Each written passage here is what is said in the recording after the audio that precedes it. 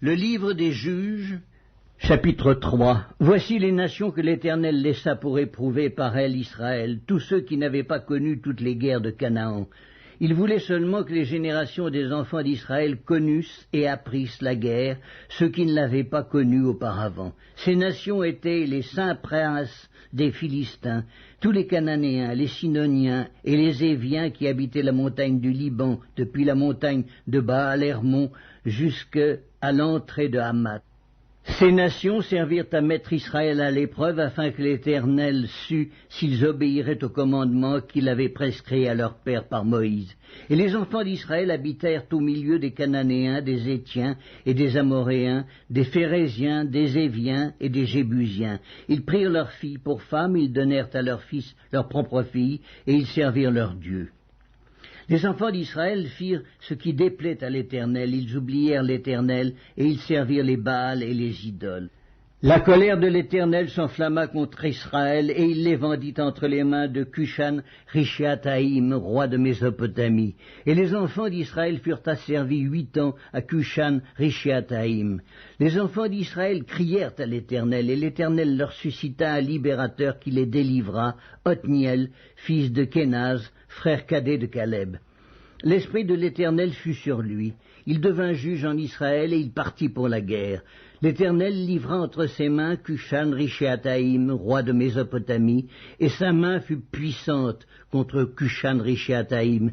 Le pays fut en repos pendant 40 ans, et Othniel, fils de Kénaz, mourut.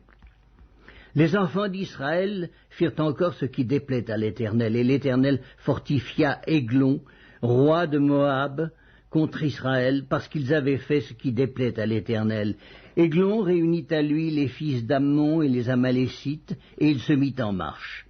Il battit Israël, et ils s'emparèrent de la ville des palmiers. Et les enfants d'Israël furent asservis 18 ans à Églon, roi de Moab. Les enfants d'Israël crièrent à l'Éternel, et l'Éternel leur suscita un libérateur, Éhud, fils de Guéra, benjamite, qui ne se servait pas de la main droite. Les enfants d'Israël envoyèrent par lui un présent à Églon, roi de Moab. Éhud se fit une épée à 2 tranchants, longue d'une coudée, et il la ceignit sous ses vêtements au côté droit. Il offrit le présent à Églon, roi de Moab. Or Églon était un homme très gras. Lorsqu'il eut achevé d'offrir le présent, il renvoya les gens qui l'avaient apporté. Il revint lui-même depuis les carrières près de Gilgal, et il dit « Ô roi, j'ai quelque chose de secret à te dire. » Le roi dit « Silence !» et tous ceux qui étaient auprès de lui sortirent.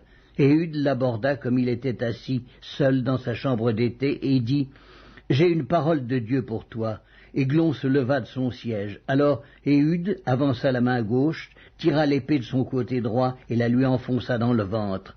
La poignée même entra après la lame, et la graisse se referma autour de la lame, car il ne retira pas du ventre l'épée qui sortit par derrière. Éhud sortit par le portique, ferma sur lui les portes de la chambre haute, et tira le verrou. Quand il fut sorti, les serviteurs du roi vinrent et regardèrent, et voici, les portes de la chambre haute étaient fermées au verrou. Ils dirent sans doute, il se couvre les pieds dans la chambre d'été. Ils attendirent longtemps, et comme ils n'ouvraient pas les portes de la chambre haute, ils prirent la clé et ouvrirent, et voici, leur maître était mort, étendu par terre. Pendant leur délai, Éhud prit la fuite, dépassa les carrières, et se sauva à Séhira. Dès qu'il fut arrivé, il sonna de la trompette dans la montagne d'Éphraïm. Les enfants d'Israël descendirent avec lui de la montagne, et il se mit à leur tête. Il leur dit, « Suivez-moi, car l'Éternel a livré entre vos mains les Moabites, vos ennemis. » Ils descendirent après lui, s'emparèrent des gués du Jourdain vis-à-vis de Moab, et ne laissèrent passer personne. Ils battirent dans ce temps-là environ 10 000 hommes de Moab, tous robustes, tous vaillants, et pas un n'échappa. En ce jour, Moab fut humilié sous la main d'Israël, et le pays fut en repos pendant 80 ans.